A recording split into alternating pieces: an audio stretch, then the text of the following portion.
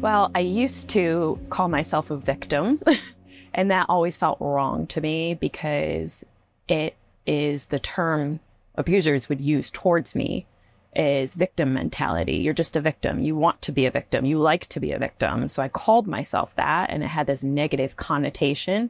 So I switched to survivor, even though I didn't always feel like I was surviving anything until I started healing and I realized, okay, survivor means you got through something. It doesn't mean you're fully healed. It doesn't mean you're over, you're done. It just means you survived something. And it also means, I guess to me, your strength and your resilience. And it doesn't indicate a point in time. It's just what you are after you go through something.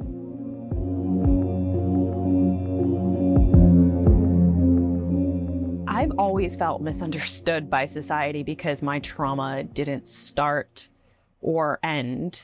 My life began with abuse from the time I was a baby. So I never felt understood by society. And I was always at a point of grieving multiple things. So I have complex trauma, layers and layers and layers of trauma. And going into every single thing in my life, jobs, friend groups, school, I was always at a point of grieving and losing my childhood, losing parts of me along the way. And nobody ever understood what I was going through, and I can never verbalize it. And even the people who did understand what I was going through could never fully process because they didn't know how to approach me. Like guidance counselors, psychologists that I would see, friends, if I told them or they witnessed what I was going through, they could never fully be there for me or understand what I was going through. And they never gave me the space to do that because they didn't know how to give me the space to do that.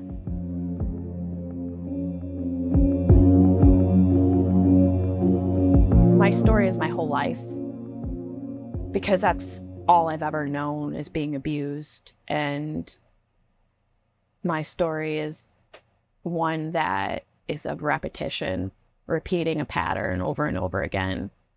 So I think I'm going to try to briefly summarize because it lends into how I healed and realizing that there are a lot of people who have gone through what I've gone through and didn't survive. So my story started young, was abused by an alcoholic father, a mother with mental illness who tried but didn't try, and who was very emotionally abusive and couldn't separate herself from her children. She could not separate herself from me. She did not hear me. She did not save me. That led me into my neighbor, who was a man who hurt me really badly. I loved him because I didn't know any better. I was running away from my parents and my abusive brother, who had very serious mental health issues nobody paid attention to, and he was very abusive to me too. So I ran away, and I ran to a neighbor, and he hurt me very badly, and I couldn't tell anybody because I had nobody to tell. I was in the middle of nowhere. I had no neighbors other than him and farmers. I lived 45 minutes away from the nearest town, so I was all alone. And it came out that he was hurting his daughter too. And again, I stayed silent because I didn't think anybody would believe me. I had no parents to believe me. They were too busy with their stuff, with their abuse. And then that led me into another abusive relationship. And that was at 17 that I got raped and had my daughter. And then after that, I got into another relationship where my daughter was raped at 3 years old. And my life was nearly taken from me multiple times. My face was mangled. I was all alone. I had nobody to go to. And then that led me to another abusive relationship, a marriage, where he took everything from me, took my identity. I let him have it because he told me he wanted to take care of me. And he took everything, my money, my car, my autonomy, made me cover my head to be a part of his religion.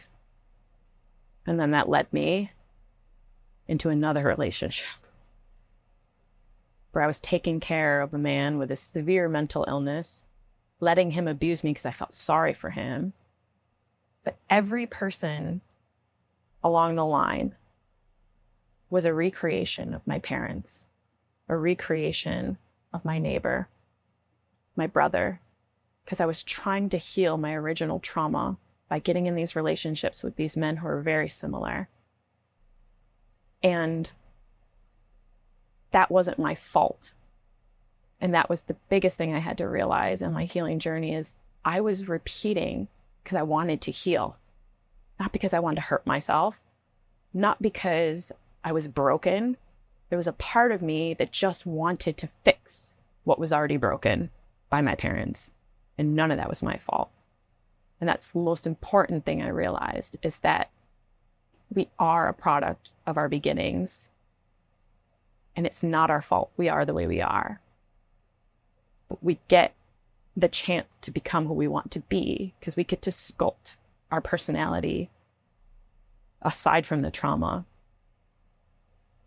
Because we get to take that bad stuff that happened, leave it in the past, and have a clean slate. It's still there, but that's a foundation to build on. That's something not so scary when you look at it like that. When you look at it like it's a clean slate.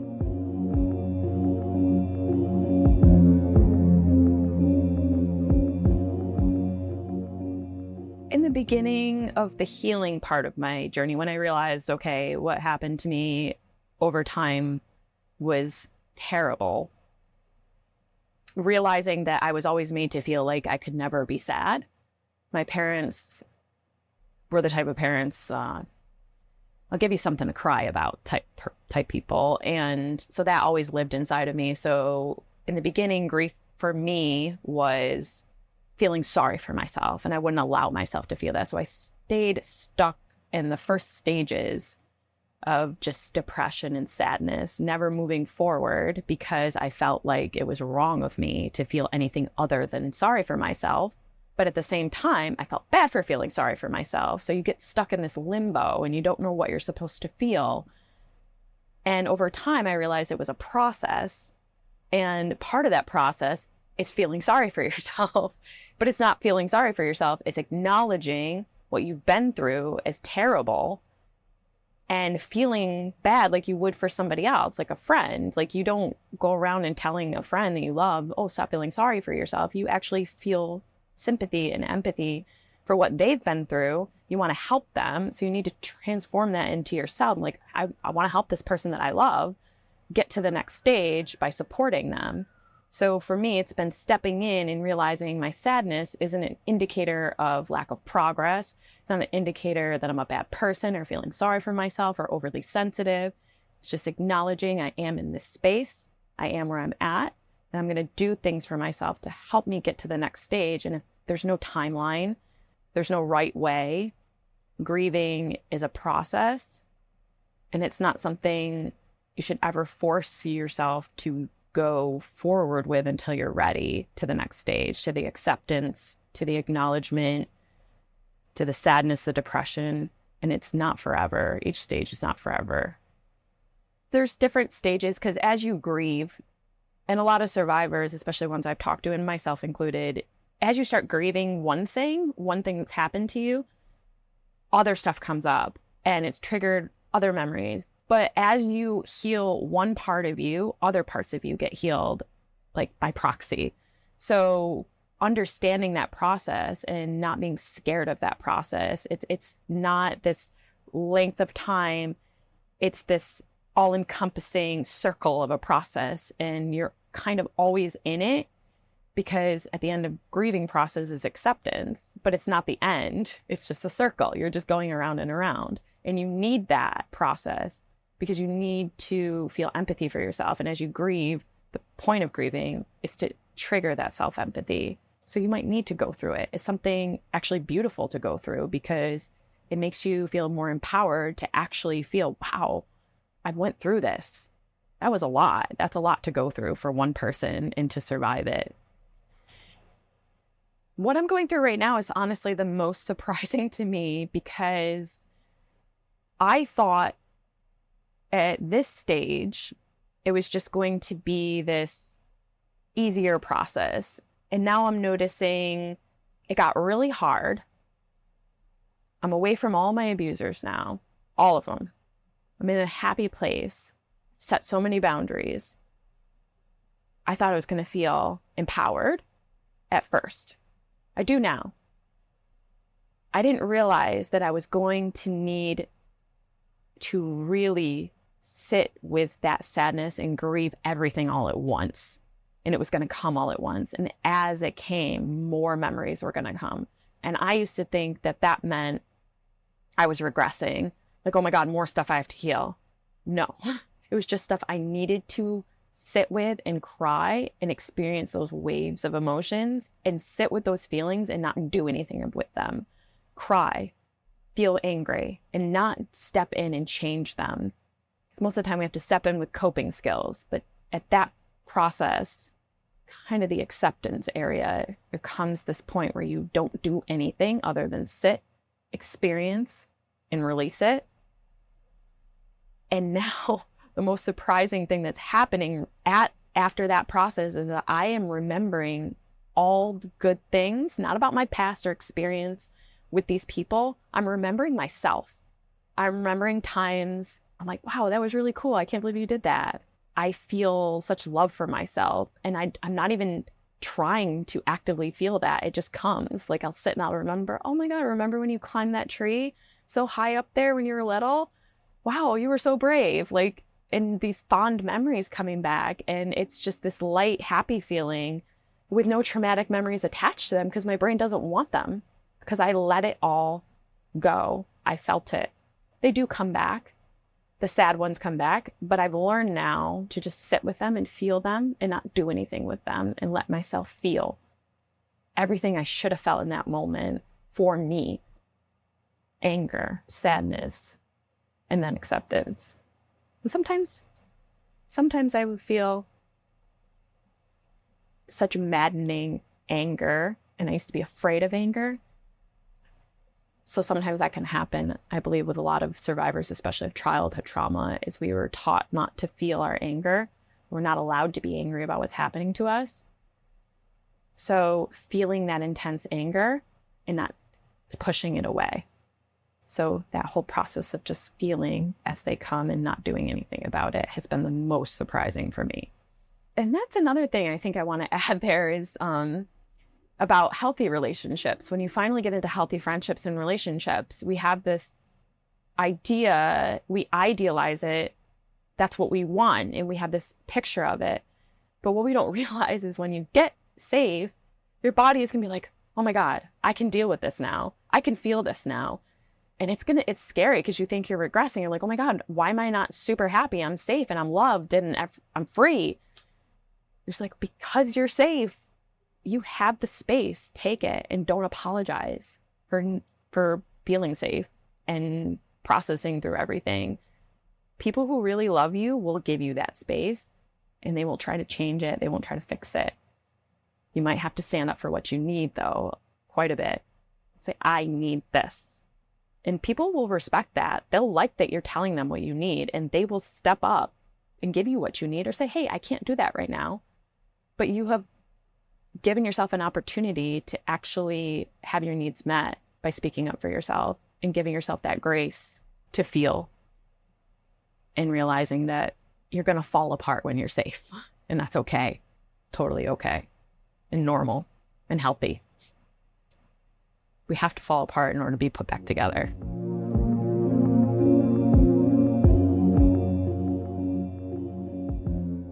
I'm alive. That's the one thing I tell myself all the time is I'm a person. I'm a human being. I deserve to be here. I'm alive. I'm alive for a reason. And it doesn't have to be this divine reason, but I am alive despite everything. Despite everything I've been through, I'm still here. I've survived everything I went through. So that affirmation, I'm alive, is so deep.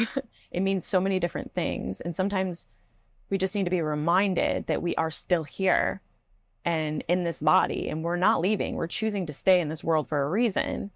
What is that reason? And that kind of sparks that idea in the head and can spark some self-empathy to remind yourself of why are you here? What does that mean to you to be alive through all of that? And I think another affirmation is saying your name. I use that one with my kids a lot. I make them say their name, especially my little one. I am Layla, and I am safe. So I tell myself, I am Antoinette, and I am safe. And sometimes that's all I have, is who I am and that I'm safe.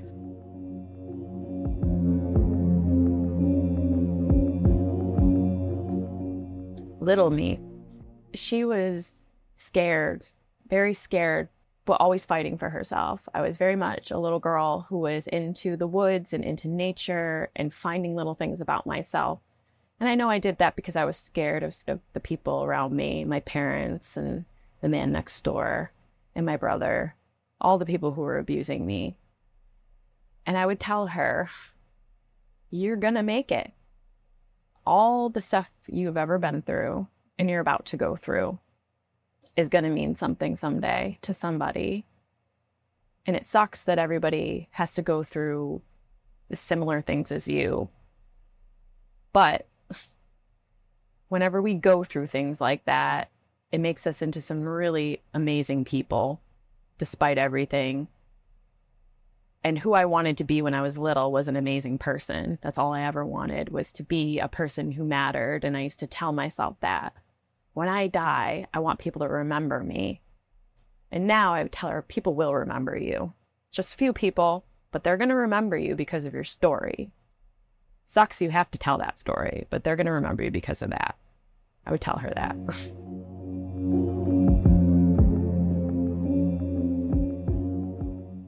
I speak as myself because I was once just a product of my environment and I didn't know who I was. I had no idea. I thought I had no idea, but I really did know.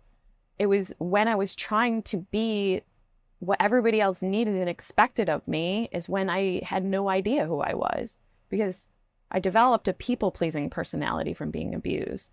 They call it the fawn response. As soon as I thought someone was mad at me, like, what can I do for you? How can I make you happy so you don't hurt me? That's how I learned to survive. And that's all I was. And I thought that all I was a trauma response. And I didn't know who I was or what I wanted. But now I speak knowing that I am who I am. And I've been that person all along. I just had to bury her because I didn't think anybody would accept or love her. And I'm unapologetically myself now. I'm weird. I love being outside. I talk to the trees. When I was little, I would do weird things. I never fit in. I like things, many different things. I don't fit in anywhere, but I fit in everywhere. And that doesn't make sense, and it's not supposed to. I don't make sense, but I make sense to me, and I make sense to some people. And so I speak as myself now, and nobody else. I will never aim to please another person other than me.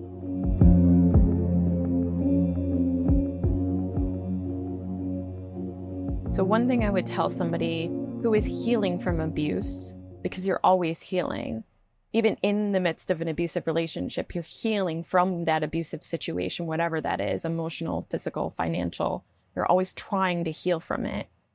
And when you're getting over it, you're still going through that same process because that process lives in your head. Those abusive situations keep going on and on and on. Don't expect them to just stop. Don't expect those scenarios to just stop. They will keep going on. You will always wonder why it happened to you. You will always wonder if you could have done something different. But you can't think like that. You can't wonder why. You can't say what if. You have to stop when you start to go down that route, because then you're going to blame yourself, and it's not your fault. It will never be your fault. You should have left. You should have stayed. You should have done this. You should have done that. That doesn't help anything, and it's not true. There's nothing you could have done other than survive. And that's what you did. And that's what we all did, was survive those people, those situations that we didn't ask for, that nobody would have ever asked for, and we would have never wanted that for anybody. But, to pause for a second. I'm kind of picturing myself and like thinking of those words. So these are things I've told my past self before many times, but now I'm in a different place. I'm in a different stage of my own healing right now. And maybe my words are a bit different because I know that I should have never, I'm doing it already. I should have never. I have to stay away from that, but I should have. Be where you're at. And talk kindly to yourself. Talk as you would to somebody you love more than anything. You were kind to that abuser, you could be kind to yourself. It's the most important thing. If you can love somebody that terrible, you can love yourself even more, and from a really good place. We hold the abusers, whoever they are, to such higher standards. We want them to treat us a certain way, but we're not even treating ourselves that way. And not that that's wrong or bad, but it's just misdirected. It's totally misdirected love. And it comes from a pattern, and it comes from hope, and it comes from a good place. And every single thing you feel about that abuser, when it's in a positive light, I should say, when we're constantly justifying and rationalizing their actions, that needs to be redirected back to you. If you are capable of loving an abuser, you are absolutely capable of loving yourself 10 times more. Always. That's what I tell myself all the time. Look at how capable you are. Look how much love you have to give. If you can love a monster, love yourself. Love yourself just as hard and as fiercely. Because you can change yourself. You can't change them. You could change you. That doesn't mean there's something wrong with you. You're just misguided love. That's all it is.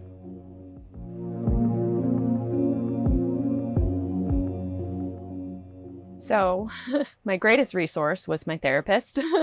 I went to her, I don't want to say broken, but just done and ready to move forward, and realizing that I was stuck and I had so much to unpack. And we got very far in the healing together, but I made the choice, I don't know why, one day to start sharing my story on social media, and it got a lot of attention, and that felt awkward to me at first. But as I kept sharing, as I kept telling these stories in little pieces, because you're limited to a minute, I started to notice I was feeling something for myself that I never felt before, because I'd watch back my videos and hear myself speak. And it was like I was watching someone else tell my story. I was like, whoa, that's a lot. And little bits and pieces started coming up, and little memories. And then this timeline started to form. And the grieving process became in that all-encompassing circle and not so linear. And I found myself feeling outside of myself more often than I felt inside. Being inside yourself, you're stuck in your head and you're focused so much on your emotions and what you're feeling. And that doesn't always make logical sense, and you aren't able to see your behavior. So watching back my videos and hearing my story come from my mouth, I was able to watch my behavior and see myself in a different light, and see the process, see my face, and see the pain. And a lot of my story has been a lot of self-abuse, where that didn't really happen. There's no way that happened that way. That's all in my head. But it wasn't in my head. It was out loud, and I could see the pain on my face. I could hear it in my voice. So sharing for me took myself out of it and put myself into another person, a person I had never saw before. And it empowered me, and it helped other people. at the same time. And I was kind of taken aback by that so many people understood that. And I had a community. I had a community behind me who believed me. And the more they believed me, the more I believed me. And that voice, that self-abusing voice, got smaller and smaller. And everything came together. So sharing your story is probably the most empowering thing you could do. Not everybody's ready to do that, but even sharing with a therapist, I would highly recommend recording yourself saying it, because you see yourself in a different light.